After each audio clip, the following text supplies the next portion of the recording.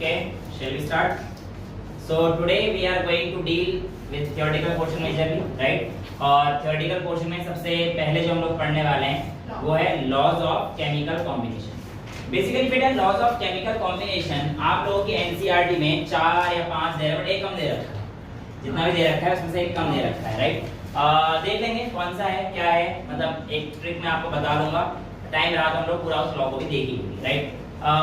Governing कि भाई ये लॉ क्यों बनाए गए बेसिकली, तो आप ऐसे समझिए कि कोई भी एलिमेंट कंपाउंड कैसे बनाता है इस चीज को जानने के लिए इन लॉ का इस्तेमाल किया गया है। कोई भी एलिमेंट कंपाउंड कैसे बनाएगा इस चीज को जानने के लिए हम लोगों ने इन लॉज का इस्तेमाल किया है। तो यहाँ पर आप लोगों को वैसे मतलब जो नीट है या आईआईटी है, डिस्कवरर के नाम बहुत ही कम पूछता है। बायोलॉजी में अगर क्वेश्चन आए तो एक आध बार पूछ सकता है, बट कि भाई ये लॉ किसने डिस्कवर किया था, ऐसे क्या था, बहुत ही रेयर क्वेश्चन होता है, बट आपको पता होना चाहिए। तो स्टार्टिंग विद द लॉ जो आपकी एनसीईआरटी में है, एनसीईआरटी बाइबल आप लोगों की निकालना पड़ेगा। मेरी बुक में पेज नंबर 14 दे रखा है, आप लोगों की बुक का पता नहीं, फटाफट से अपनी पेज नंबर 14 देख लीजिए। और सबसे पहले लॉज ऑफ केमिकल कॉम्बिनेशन में हमारे पास पहला लॉ आता है law of conservation of mass. Okay, देखो बेटा law of conservation of mass ये आप 9th क्लास में ही पढ़ के आ चुके हैं। Law of conservation of mass की जो डेफिनेशन है जो आप लोगों ने पढ़ी है, मास can neither be created nor it can be destroyed, right? Law of conservation of mass को यहां से समझते हैं। मेरे पास एक रिएक्टेंट है A, मेरे पास एक रिएक्टेंट है B। मैं कहता हूं जब A और B मिलकर C बनाएंगे तो इसका मास जितना होगा लेट्स से x, इसका मास जो होगा लेट्स से y, तो इसका मास कितना होगा x प्लस y, z जो होगा वो x प्लस y के इक्वल होगा। अगर आप z बोलोगे तो x प्लस, यानी कि रिएक्टेंट जो कंबाइन होंगे और प्रोडक्ट देंगे तो हमारे पास उस समय कोई भी मास का लॉ नहीं, मास का लॉस नहीं होगा।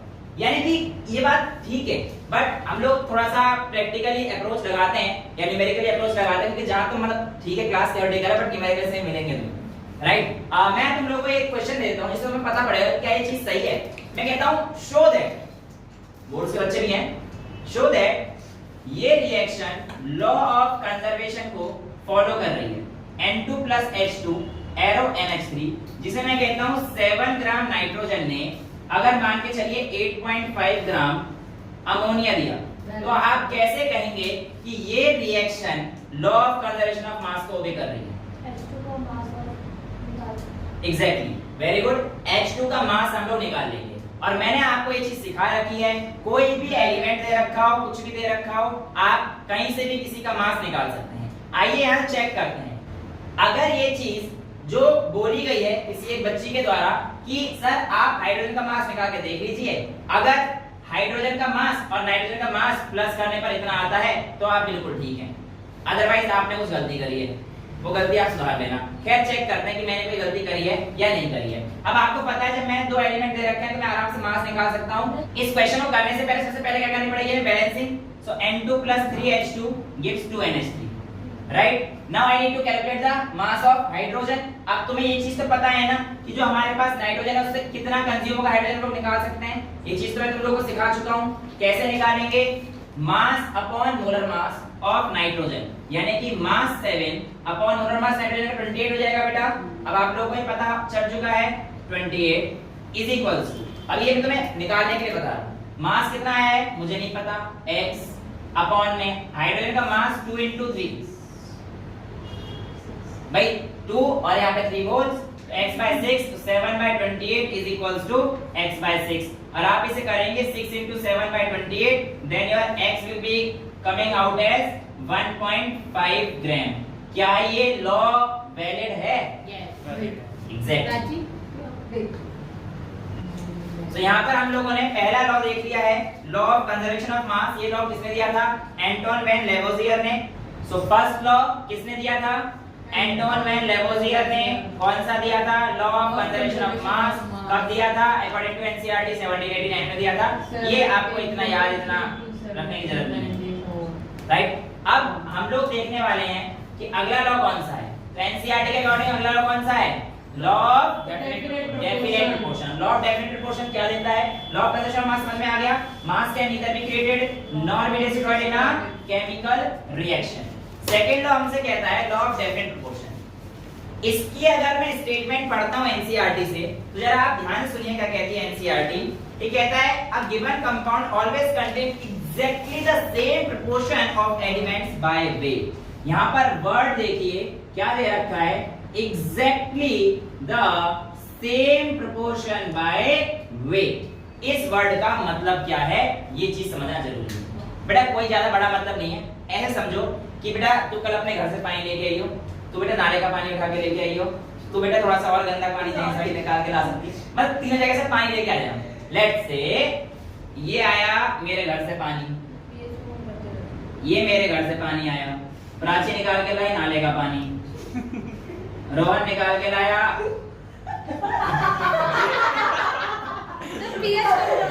आरओ का पानी भी तो हो सकता है, आरओ का पानी, ठीक है। रोहन का नाम आरो है, हमारा रोहन का नाम आरो बन जाए, ठीक है ना, सब समझ आ रहा है। मतलब यहाँ पे मैं 3 डिफरेंट सैंपल ऑफ वाटर ले रहा हूँ। अब 3 डिफरेंट सैंपल ऑफ वाटर में तो जो पीने का पानी लग रहा है वो कौन सा है? आरो। रोहन जो मेरे बारे में क्या दिक्कत है यार? तो आपने बताया नहीं कौन सा है वो। हाँ यही चीज मैं तुम्हें समझाने जा रहा हूँ कि मैं चाहे बताऊं या ना बताऊं, ये तुम पता कर लो कि पानी गंदा या साफ है। लेकिन लॉ ऑफ डेफिनेट प्रोपोर्शन कहता है कि आप कोई सा ही पानी लीजिए, तीनों के पास जो आपके H2O हैं उसमें जो मास आएगा वो बिल्कुल फिक्स आएगा 2:16। यहां पर भी 2:16 और यहां पर भी 2:16। इसका मतलब 1:8 आपको हर जगह पानी में मिलेगा, चाहे आप फ्रांस का पानी उठा लो या आप कहीं का पानी उठा लो, इस बात से कोई मतलब नहीं है। कहीं का नॉट ओनली वाटर, ये चीज सिर्फ वाटर के लिए वैलिड नहीं है, किसी भी चीज को आप उठा लेंगे आपको सारी चीज सेम देगा। एनसीईआरटी कॉपर क्यूप्रिक कार्बोनेट का एग्जांपल देती है, तो आप देखेंगे कि प्राउस ने जो काम किया, लॉ किसने, जोसेफ प्राउस ने।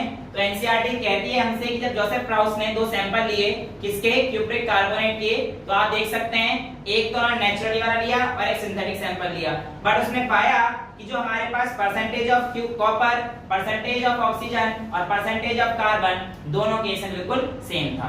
अब इस लॉ की वैलिडेशन चेक कर लेते हैं और एक बार एक जो क्वेश्चन है उसको कर लेते हैं ताकि तुम्हें पता पड़े कि ये लॉ किस तरीके से हमारे पास काम करेगा। Okay, question is copper was prepared by 2 different method. Copper को हम लोगों ने 2 डिफरेंट मेथड से बनाया। इन फर्स्ट केस, मैं यहाँ पे केस 1 ले लूं बेटा। In first case according to your book XYZ जो भी आप लोगों ने मेरे को दी है, 1.75 ग्राम ऑफ द मेटल, इसने बोला है 1.75 gram of metal gives 2.19 gram of oxide. इसने कितना ऑक्साइड दिया है बेटा? 2.19 ग्राम ऑक्साइड दिया है, यानी कि इस मेटल के ऊपर ऑक्सीजन लग चुकी है और ये मेटल ऑक्साइड बन चुका है। अभी इसमें मेटल प्लस ऑक्सीजन है, यहाँ पर ये सिर्फ मेटल। अब हम लोग मास परसेंटेज निकाल लेंगे इसका, राइट? अभी देखेंगे क्वेश्चन कैसे करेंगे। केस 2 पढ़ लेते हैं पहले। और in second case 1.14 gram of the metal, in second case 1.14 gram of metal, इसने कितना दे दिया भैया? 1.43 ग्राम ऑफ ऑक्साइड। इसने कितना दे दिया? 1.43 ग्राम ऑफ ऑक्साइड। आपको ये शो करना है कि ये जो डेटा है it is in accordance with law of constant proportion या लॉ ऑफ डेफिनेट प्रोपोर्शन। कैसे करते हैं ये देखो बेटा। इसमें हमें पता है कि 1.75 ग्राम कार्बन है और एक टोटल है, तो मैं परसेंटेज मास निकाल सकता हूं इसका। कैसे निकालेंगे? 1.75 अपॉन 2.19 इनटू 100। समझ आ रहा है? तो यहां पर हमारे पास जो वैल्यू आएगी डायरेक्ट मैं बता देता हूं 79.9 आपकी बुक के हिसाब से। अब 79.9% तो कॉपर की आ गई, बचा हुआ किसका होगा? ऑक्सीजन का। It means 20.1%, it means 20.1। ये 100 हो गया ना बेटा। 79.9% अगर वो आया तो 20.1% तो वो आएगा, ये तो पक्का हो गया। ये केस फर्स्ट का हो गया। केस सेकंड में हमारे पास क्या आएगा बेटा? सिंपल इस तरीके से निकालेंगे, तो 1.14 डिवाइडेड बाय 1.13 इनटू 100। यहां पर जो डेटा आएगा वो आएगा 79.7। इसको सॉल्व करेंगे, नहीं इतना चलेगा, इतना चलेगा। 79.7, 79.8 हो सकता है हमने कुछ गलती कर दी हो, बुक वाला ने कर दी, चलेगा इतना, कोई दिक्कत नहीं। और इस हिसाब से हमारे पास ऑक्सीजन कितना आ जाएगा 20.3। तो यहाँ पे हमें दिख रहा है दे आर ऑलमोस्ट इक्वल। जो कॉपर चाहे इस वाले ऑक्साइड से आपने बना निकाला कॉपर ऑक्साइड, यहाँ पर भी आप कॉपर ऑक्साइड निकाल रहे हैं, किसी भी मेथड से आप कॉपर ऑक्साइड निकालो, आपका जो रेशियो आना है उसमें परसेंटेज दोनों की सेम ही रहेगी। आप दोनों को निकाल के देख लीजिए, बिल्कुल परफेक्ट सेम ही आ रहा है। तो this shows the validity of law of definite proportion. Clear? अच्छा मेरी बात सुनो, ये जो थर्ड लॉ है लॉ ऑफ मल्टीपल प्रोपोर्शन, तुमसे स्टेटमेंट लिखने का तो नहीं कहेगा, बट मैं फिर भी तुम लोगों को समझाऊंगा और कोशिश करूंगा लाइन टू लाइन एनसीईआरटी तुम्हें समझ में आए। जहां पे समझ में ना आए पूछ लेना, बिल्कुल पूछ लेना, क्योंकि law of multiple proportion actually लगता आसान सा है बट बड़ा कंफ्यूजिंग सी लाइन है। ठीक है, देखो अब मेरी बात ध्यान सुनना। Moving ahead with the next law, कौन सा लॉ है हमारे पास अब? Law of multiple proportion. बेटा सबसे पहले तो एक चीज दिमाग में रखना, लॉ ऑफ मल्टीपल प्रोपोर्शन बिल्कुल भी कॉम्प्लिकेटेड नहीं है। लगता है कॉम्प्लिकेटेड, देखते हैं कैसे।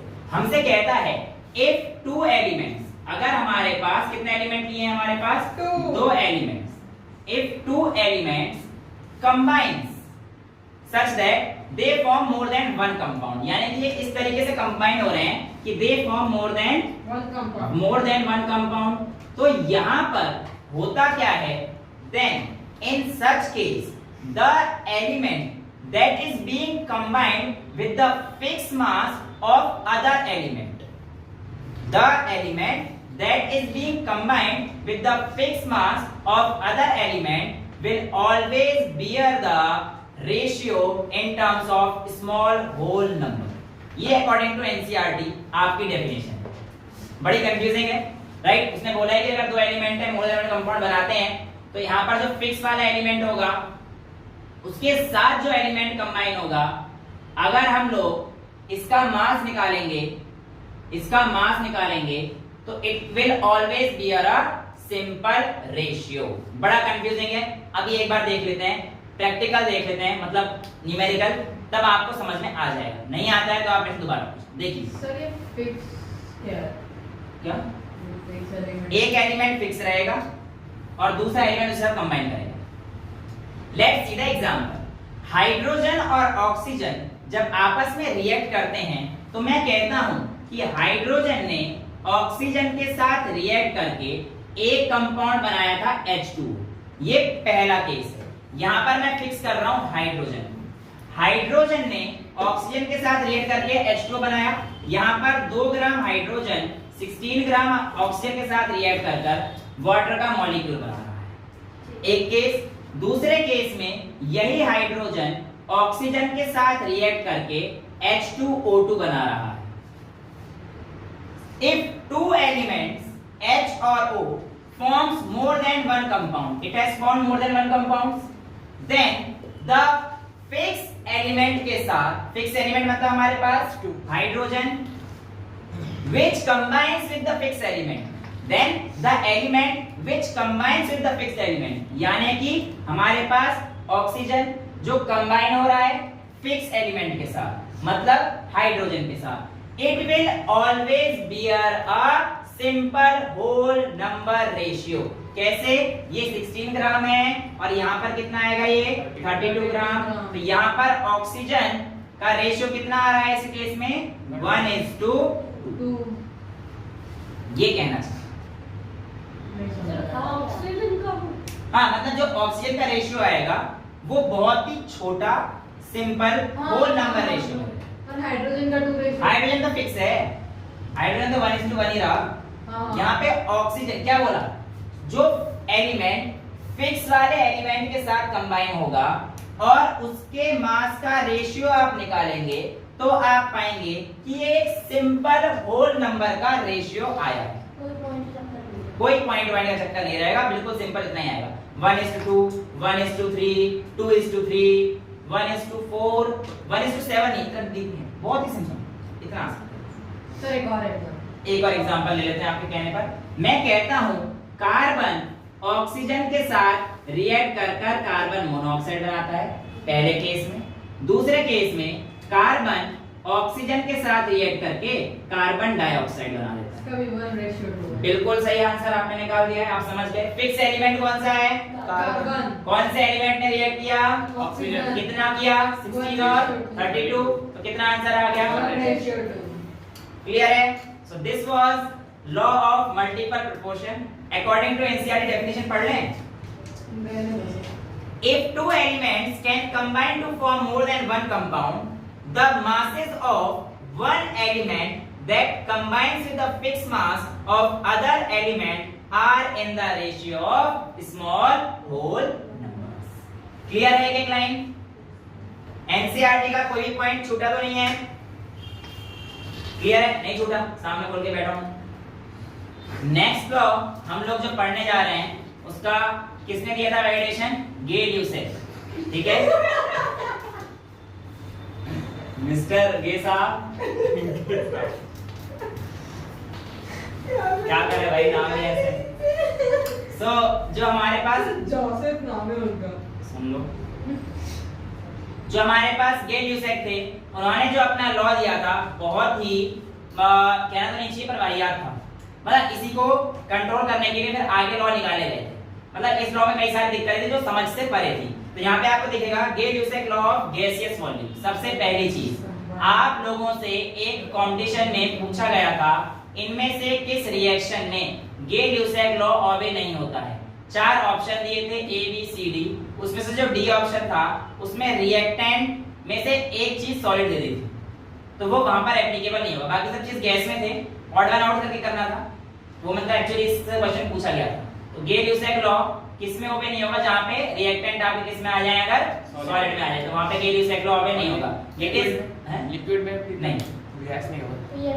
यहाँ पर गे-ल्यूसेक लॉ क्या कहता है? पहले तो एनसीईआरटी की बात सुन लेते हैं, फिर मैं आपको अपनी भाषा में समझाऊंगा और आपको पता है कि आपको समझ में किसने आना है। चलिए देखते हैं। अकॉर्डिंग टू एनसीईआरटी ये कहता है when gases combine or are produced in a chemical reaction, they do so in a simple ratio by volume provided all the gases are at same temperature and pressure।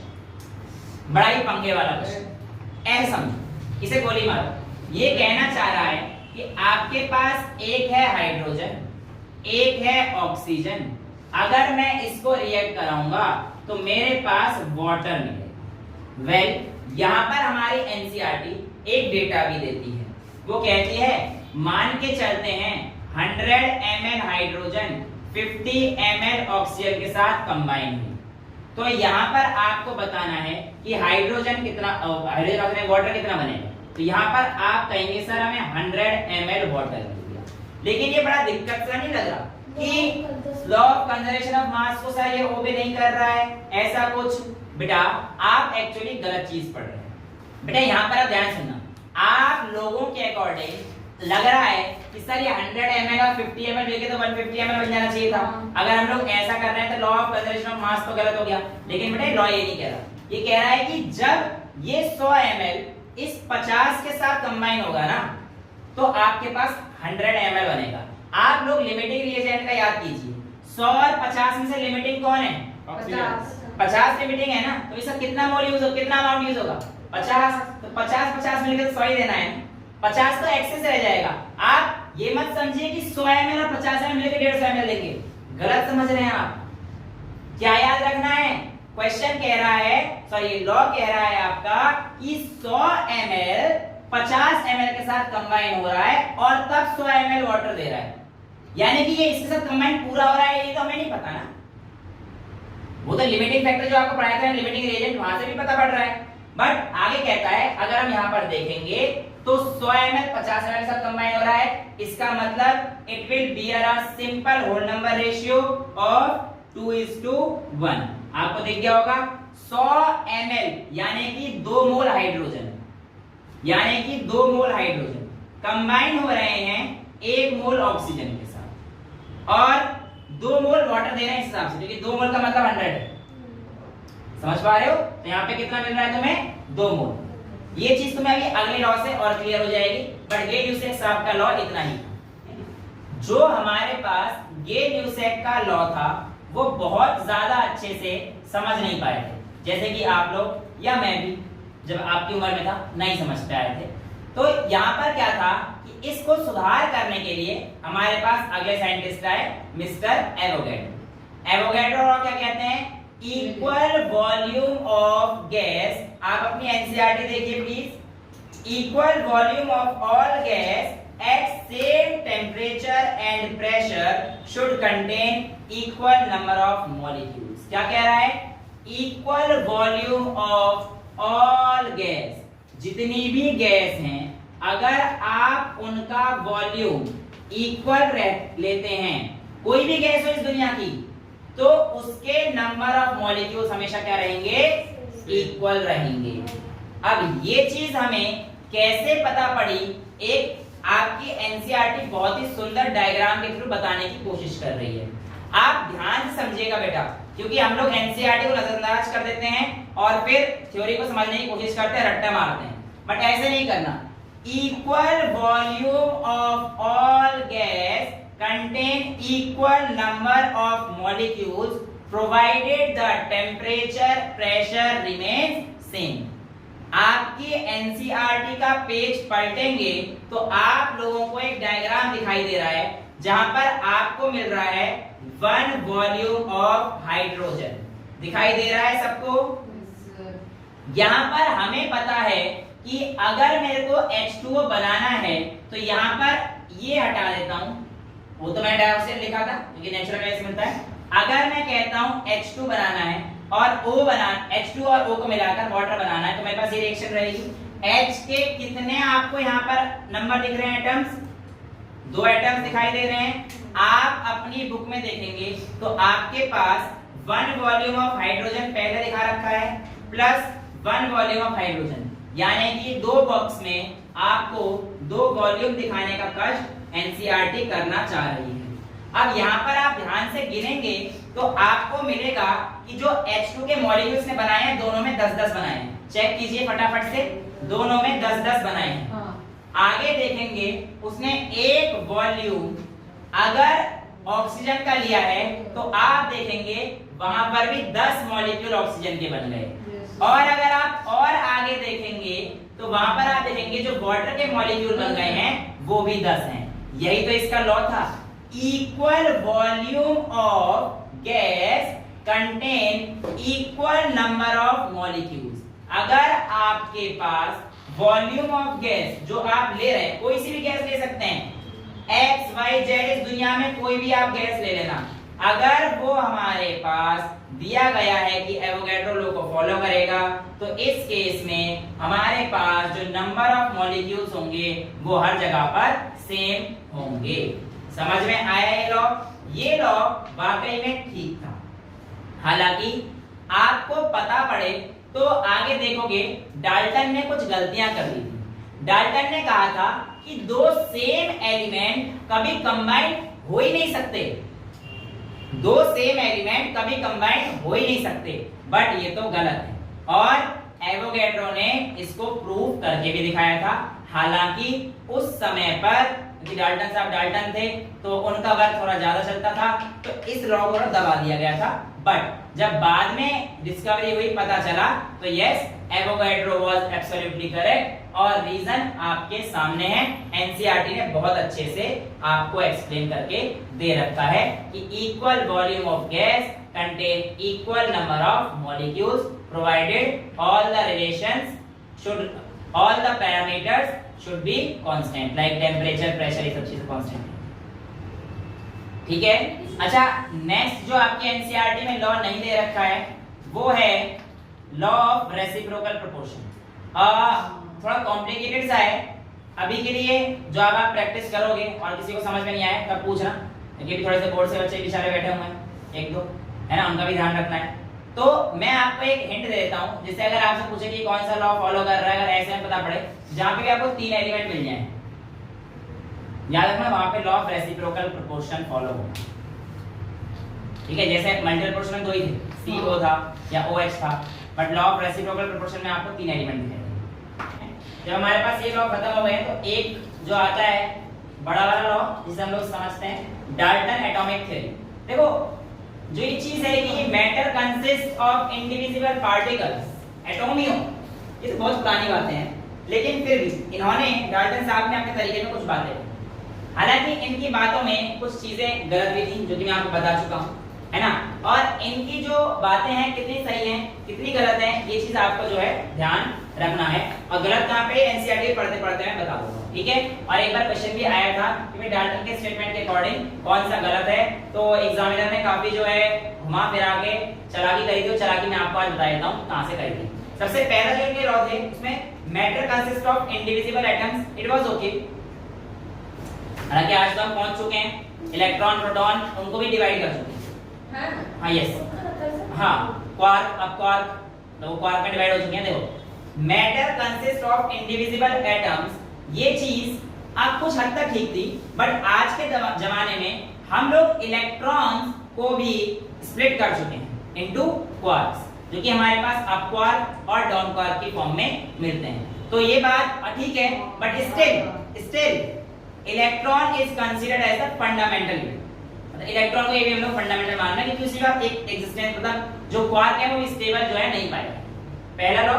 Second law हमसे कहता है all atoms have identical properties including identical mass, atoms of different elements different mass, it was quite okay. इसमें कोई दिक्कत नहीं है। Different element का अगर एटम होगा, एक हाइड्रोजन का होगा, एक ऑक्सीजन का होगा, तो इनका मास भी डिफरेंट होगा, इनकी प्रॉपर्टीज भी डिफरेंट होंगी, it was quite appreciated, right. Third, यही चीज यहां से खेला था examiner, compounds are formed when atoms of, इसने डिफरेंट की जगह सेम दे दिया। Exam pick the order of the choose the incorrect statement था, और उसमें compounds are formed when atoms of same elements combine in a fixed ratio. और Dalton के अकॉर्डिंग ये गलत था। डाल्टन ने कहा था कि सिर्फ डिफरेंट एलिमेंट ही कंबाइन कर सकते हैं।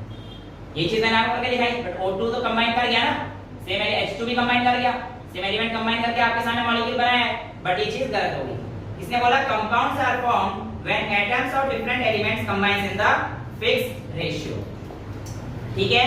और यहाँ पर आपसे बोलता है कि केमिकल रिएक्शन जब भी होती है it involves reorganization of atoms, मतलब ये जो एटम जो आपने रिएक्टेंट्स लिए हैं ना, इनका ही अरेंजमेंट होना है, इधर से उधर रीऑर्गेनाइज होना है। कोई नई चीज बाहर से ना तो आ सकती है और ना कोई बाहर से कोई चीज में डाली जा सकती है।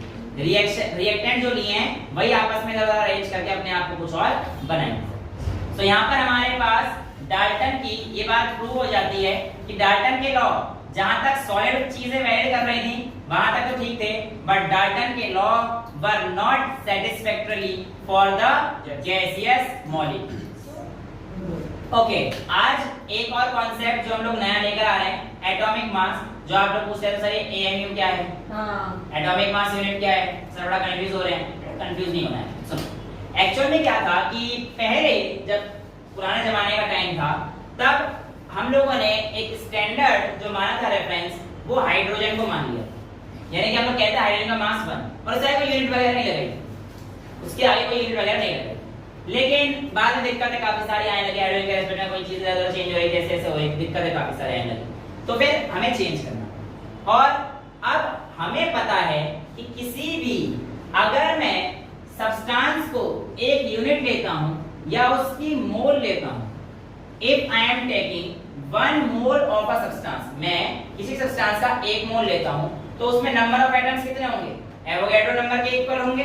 ये तो हम लोगों को पता है भाई। अगर number of moles is equals to number of atoms upon Na, तो 1 मोल में नंबर ऑफ एटम्स कितने हुए, एवोगैड्रो नंबर यानी 6.022 10 की पावर 23 के, यानी कि मैं अगर 1 मोल कार्बन लेता हूं तो इस कार्बन में नंबर ऑफ एटम्स कितने हुए बेटा, 6.022 10 की पावर 23। अब कार्बन के 12 आइसोटोप को, C12 के आइसोटोप को बेस मानते हुए हम लोगों ने कुछ कन्वेंशन दी, और आज हम लोग जितने भी एलिमेंट का मास निकालते हैं वो इसी के रेस्पेक्ट में निकालते हैं। यानी कि अगर मैं कहता हूं ना कि ऑक्सीजन 16 मास है उसका, it means it is 16 times heavier than the 12th mass of carbon isotope, ठीक है। जैसे कि अभी देखते हैं, पहले ये आया कहां से, इस चीज को देख लेते हैं। देखिए बेटा, ऐसे समझिए कि आपके पास कार्बन का मास कितना होता है, 12 ग्राम, उसको केजी में कन्वर्ट करना है तो 0.012 ये आपके पास कार्बन का केजी में आ गया है बेटा। आपने कहा 1 मोल में और इस कार्बन के 0.012 केजी लिया, हाफ में 12 1/12 mass of the carbon atom. और इसमें नंबर ऑफ मोल्स कितने थे हमारे पास? यहां से हमारे पास इसकी वैल्यूएशन आई थी 1 का जो हमारे पास स्टैंडर्ड डेफिनेशन है उसके अकॉर्डिंग किसी भी चीज का अगर आपको स्टैंडर्ड मास लेना है it will be equal to 1/12 the mass of C12 isotope. तभी आपके पास जब आप इसे सॉल्व करेंगे तो आप पाएंगे कि आपका आंसर, कि देखो हर किसी बुक में अलग अलग है, कहीं पे मतलब बहुत ज्यादा अलग नहीं है, कहीं पे 656 दे रखा है, कहीं पे 657, कहीं पे 66 दे रखा है, बहुत ज्यादा अंतर नहीं है। अकॉर्डिंग टू एनसीईआरटी जो हमारे पास आता है तो यहाँ पर ये जो 1 एटॉमिक मास दे रखा है यहाँ पे 1.66056 into 10⁻⁻24 ग्राम। बट ये हमारा जो आंसर आएगा ये केजी में आएगा, उसको आपको कन्वर्ट करना आता है। अगर आप केजी में करेंगे तो -27 हो जाएगा, राइट। देखो अगर आप इसे इसमें कन्वर्ट कर दोगे तो नीचे आपकी वैल्यूज बढ़ जाएंगी, तो ये चीज आपको पता होनी चाहिए। तो यहाँ पर आपने क्या देखा कि 1/12 मास ऑफ द कार्बन, निकाला कैसे उसने 6 ये जो निकाला कैसे 6.0 ये है मतलब किस चीज की वैल्यू है? एक एटॉमिक मास जो तुम लेते हो ना 1, वो एक्चुअली ये वैल्यू है। ये है हाँ, एक एमयू का मतलब इतना है। तो एक बार प्लीज दोबारा देखिए, 1 मोल ऑफ कार्बन में कितने एटम्स थे? इतने थे। 0.012 केजी में अगर मैं 1/12 मास लेता हूँ इसका और इसके मैंने नंबर ऑफ एटम्स से डिवाइड कर दिया तो मैं 1.66056 अकॉर्डिंग टू एनसीईआरटी कितने ग्राम पहुंचूंगा? केजी में लूंगा तो 1.66056 × 10⁻⁻27 हो जाएगा। ये तो आप लोगों को आता होगा, मतलब इसको ग्राम में, मोल को ग्राम में लेके जा रहे हैं। हाँ मेरे 1.66 बन रहा है। ठीक है चलिए। तो ये आपके पास एक AMU 1 AMU atomic mass unit is equals to इतना यहां से आया था। Nowadays we do not use AMU, it has been replaced by 1U, unified mass बोलते हैं। एटॉमिक मास यूनिट का हम लोग क्या बोलते हैं? यूनिफाइड मास। और ये कितना आता है? 1.66056 into 10⁻⁻24 ग्राम या -27 KG. According to your book जो भी आप पढ़ो उसमें आप देख लेना किस चीज में दे रखा है। ये वैल्यू भी डिफर करती है बुक में अलग अलग, पर ठीक है हम लोग स्टैंडर्ड एनसीईआरटी का लेके चल रहे हैं। अच्छा, यहाँ पर आपसे पूछता है कि हाइड्रोजन, आप नीचे देखेंगे तो यहाँ पर आप देखेंगे कि हाइड्रोजन का मास कैसे आया। तो आप ध्यान से देखिए, एक हाइड्रोजन का जो हमें मास पता पड़ा था वो कैसे पता पड़ेगा? हमें इसके रेफरेंस में लेके निकालना पड़ेगा। फॉर एग्जांपल एक AMU जो हाइड्रोजन का होता है वो हमारे पास 1.67 × 10⁻, केजी में दूं या ग्राम में? ग्राम। तो -24 ले लीजिए और यहाँ पर आप लेंगे तो 1.66 समथिंग × 10⁻⁻24 रहेगा। -24 चला जाएगा और आप इसे सॉल्व करेंगे तो आपके पास 1.008U यहाँ से हाइड्रोजन का मास आता है। यानी किसी भी एलिमेंट का अगर आप कंपेयर करेंगे वो आप किसके रेस्पेक्ट में करते हैं? कार्बन 12 के आइसोटोप में। यानी कि अगर आपसे कहता है कि ऑक्सीजन का मास 15.95 या 16 है, it means it is 16 times heavier than the 12 mass of this carbon isotope. ठीक है, 1/12 12 का मतलब 1/12। ठीक है, तो ये हमारे पास एटॉमिक मास यूनिट किस तरीके से आती हैं ये आपको पता होना चाहिए। जो टॉपिक आपको बताया उसमें कोई डाउट है? समझ में आ गया है? एक AMU में कितने ग्राम होते हैं अब आप निकाल सकते हैं। That's all for today. We will be meeting in the next class.